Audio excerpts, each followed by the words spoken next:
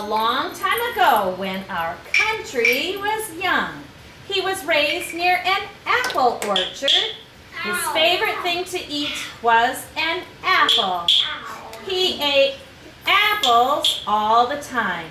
One day, John Chapman had a wonderful idea. He wanted to share his love for apples with as many people as possible.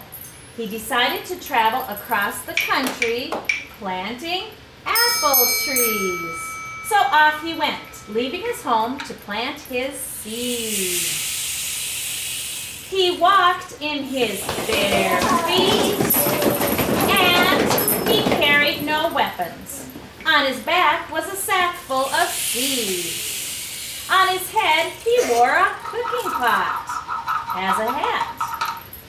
John Chapman spent many years living in the woods while clearing the land to make room for his apple trees. He loved nature and he considered the forest animals to be his family.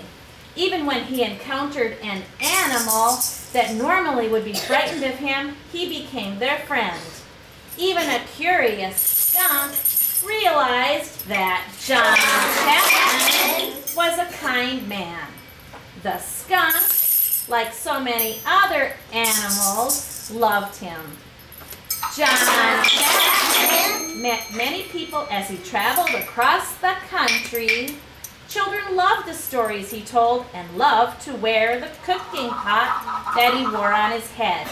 They loved to skip around him in their bare feet.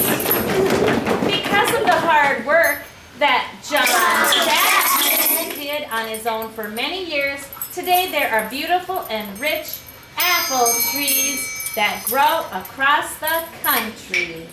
We can enjoy a wonderful fresh apple anywhere in the country.